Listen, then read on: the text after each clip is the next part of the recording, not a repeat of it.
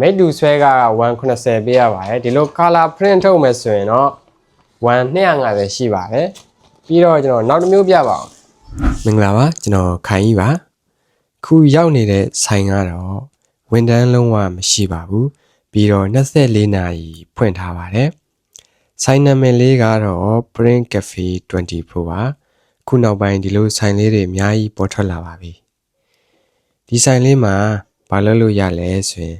print ထုတ်လို့ရမယ်မိတူကူလို့လည်းရမယ်စားစာတန်းစကန်ဖတ်လို့ရမယ်နောက်ပြီးတော့ fax လဲပို့လို့ရပါသေးတယ်အဲ့တော့ဒီဆိုင်လေးတွေကိုကျွန်တော်နဲ့အတူတူသွားပြီးတော့လေ့လာကြည့်အောင်ဗျာဝန်ထမ်းမရှိတဲ့အတွက်ကိုယ်တိုင်လုပ်အောင်မှာဖြစ်ပါတယ်နောက်ပြီးတော့24 hour ဖြစ်တဲ့အတွက်ကြိုက်တဲ့အချိန်နေ့ညမရွေးသွားထုတ်လို့ရပါတယ်အတွင်းထဲမှာဆိုရင်ကွန်ပျူတာရှိမယ် print set တွေရှိပါမယ်မြန်မာပြည်မှာတော့ဒီလိုဝန်ထမ်းမရှိ24 hour ဖွင့်တဲ့ဆိုင်ဆိုတာတော့ရှိသေးမှာမဟုတ်ပါဘူး print ထုတ်မယ်ဆိုရင်ဖုန်းနဲ့လည်းထုတ်လို့ရတယ်လို့ USB ရှိရင်လည်း USB နဲ့ချိတ်ပြီးတော့ထုတ်လို့ရပါတယ်ဒါ USB လေးကိုဒီလိုထည့်လိုက်မယ်ဆိုရင်ဒီမှာပေါ်လာပါလိမ့်မယ်ဒါဆိုရင်ဒါကျွန်တော်ရဲ့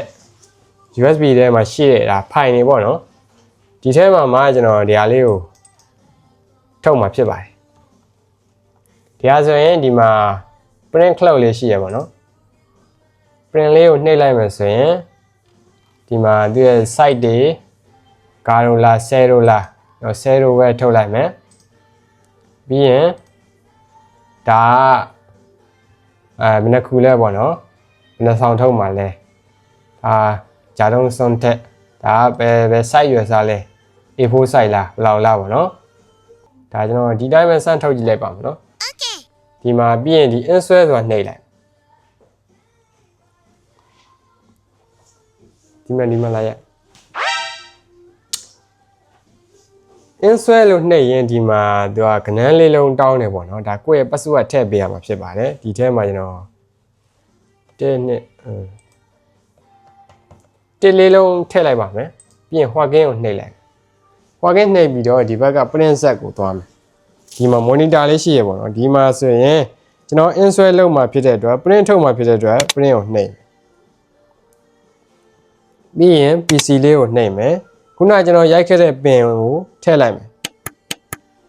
ပင်လေးလုံးထည့်ပြီး okay နှိပ်မယ်ပြီးရင်ဒါကျွန်တော်ရဲ့ file ဖြစ်ပါတယ်ပြီးရင်ရှီကြပါနော်ရှီကြဆိုရင်သူကဒီမှာ Korea 1ဒီကျွန်တော် print ထုတ်တာ Korea 1 250 1ကြပါတယ်အဲ့ဒါကိုကျွန်တော်တို့ပတ်စံဒီမှာရှင်းပေးရမှာပေါ့နော်ဒီမှာပတ်စံရှင်းရမှာဖြစ်ဒါကတ်ထည့်ခိုင်းပါလေအဲ့ဒါဆိုကတ်လေးကိုဒီထဲကိုထည့်လိုက်ပါမယ်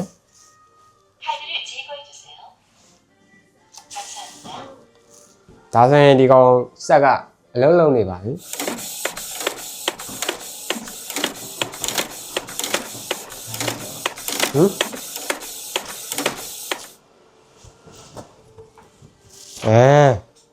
ဒါဆိုရင်တော့ဒါကျွန်တော်ရဲ့ဒါ page လေးပါဒါ print စမ်းထုတ်ကြည့်ရပါတော့ဒီကောင်က250 150 1ပဲရှိပါမြန်မာငွေနဲ့ဆိုရင်တော့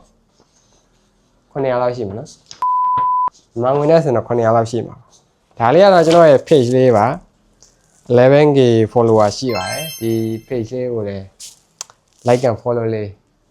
လုပ်သွားနိုင်ပါတယ်ပြီးတော့ကျွန်တော်နောက်တစ်ခုပြပါဦးမယ်ပြီးရင်ဒီမှာသူကကိုရီးယားလိုလည်းရှိမယ်ဒီမှာဘာသာစကားရွေးလို့ရသေးရပေါ့နော်ဒီမှာကျွန်တော်အင်္ဂလိပ်လိုရွေးပြမယ်ဒါဆိုရင် copy print ထုတ်လို့ရမယ် scan ဖတ်လို့ရမယ် passport လို့ရမယ်ကျွန်တော်ဒီမှာ copy ကူးမယ်ပေါ့နော် copy ကူးမယ်ဆိုရင်ဒီမှာနှိပ်လိုက်သူက color နဲ့ထုတ်မလားဒီတိုင်းရိုးရိုးထုတ်မလား size A4 size လား A5 size လားဒါတွေကရွေးလို့ရပါတယ်ဒါဆိုရင်သူကကို copy ဒီမဲ့တူကူးမဲ့ဟာကိုဒီထဲမှာထည့်ပါမယ်ဒါဆိုရင်ပြီးရင်ကျွန်တော်တို့ရှိကြ start ကိုနှိပ်လိုက်ပါဒါဆိုရင်ဒီမဲ့တူကူးနေပေါ့နော်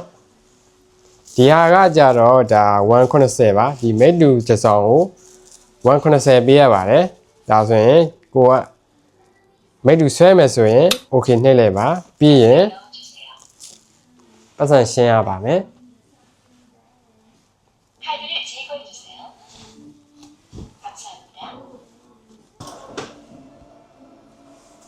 ဒါဆိုရင်ဒါလေးကတော့ black and white ဒါမိတ်တူလေးပါဒါမိတ်တူဆွဲက190ပေးရပါတယ်ဒီလို color print ထုတ်မယ်ဆိုရင်တော့1250ရှိပါတယ်ပြီးတော့ကျွန်တော်နောက်တစ်မျိုးပြပါအောင်နောက်တစ်မျိုးကဘာလဲဆိုရင်ကျွန်တော်တို့ ID card တွေပါတယ်ပေါ့နော် passport တွေဒီမှာမိတ်တူဆွဲဖို့လိုတယ်ဆိုရင်မိတ်တူဆွဲလို့ရပါတယ်ကျွန်တော်ဒီမှာ license card လေးပါတော့ဒီ license card လေးကိုရီးယားရင်မောင်း license card လေးကိုကျွန်တော်မိတ်တူဆွဲပြမှာဖြစ်ပါတယ်ဒါကတော့ကိုရီးယားမှာကျွန်တော်ကိုယ်တိုင်ရေးပြေဖြည့်ပြီးတော့အောင်ထားတဲ့ရင်မောင်း license card လေးပါကားတော့မရှိပါဘူးဒါလေးကိုကျွန်တော်ဒါမိတ်တူစမ်းဆွဲပြမှာဖြစ်ပါတယ်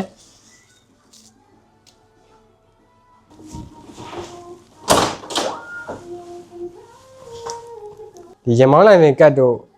copy လုပ်မယ်ဆိုရင်ဒီဘက်က ID copy ဆိုတာနှိပ်လိုက်ပါဒီကောင်ဆိုရင်ဒါရိုးရိုး A4 size နဲ့ဖြစ်သွားမှာပေါ့နော်ဒါဆိုရင် ID card တို့ရင်မောင်း license card တို့ကူးမယ်ဆိုရင်ဒီ ID copy ဆိုတာနှိပ်ပါပြီးရင် color နဲ့လား mono လားဆိုရွေးပါ passport လားဒါမှမဟုတ် ID card လား site ကိုရွေးပေးရပါမယ်ကျွန်တော်ကဒီ license card ဖြစ်တဲ့အတွက်ဒီမှာ ID ကိုရွေးပေးပါမယ်ပြီးရင်ဒီ card position ကိုဒီမှာတစ်ချက်ကြည့်ပါဒီက O mm ပေါ့နော်O mm စီ5 mm စီဒါအကွာအဝေးကိုထားပြရမှာပဲကျွန်တော်ရဲ့အခု position နဲ့မှားတယ်လိုပုံစံလေးပေါ့နော် position ကလိုပုံစံလေးသူထဲပြထားတဲ့အတိုင်းပေါ့နော်5 mm စီဒါအကွာအဝေးမှာထားပြီးတော့မှပြီးရင် start ကိုနှိပ်ပါမယ်သူကပြီးရင်ဒီလိုမေးပါတယ်နောက်ထပ်ဟိုဘက်စာမျက်နှာကိုဒါ copy လုပ်အောင်မလားပေါ့နော်မေးတာပါဒါကျွန်တော်တို့က ID card ဖြစ်တဲ့အတွက်ဟိုဘက်ဒီဘက်ကူးပေးရမှာဖြစ်ပါတယ်အဲ့ဒါဆိုရင်တော့ yes လို့နှိပ်လိုက်ပါ yes လို့နှိပ်ပြီးတော့ဒီကောင်လေးကိုဒါဟိုဘက်ဒီဘက်လှန်ပေးပါပေါ့နော်ဒါလှန်ပေးပြီးတော့ဒါလေးပြန်ပိတ်မယ်ပြန်ပိတ်ပြီးတော့ start ဒါဆိုရင်ဒါကျွန်တော်တို့ပတ်စံကိုရီးယား190ပေးရပါတယ်ဒါဆိုရင်ကိုကူးမယ်ဆိုရင် okay ကိုနှိပ်လိုက်ဒါဆိုရင်သူဒီမှာပတ်စံတောင်းရင်ပေါ့နော်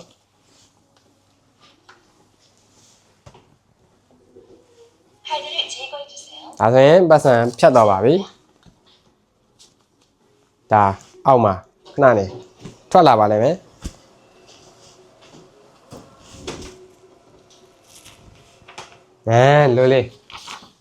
လိုလေးပါဒါ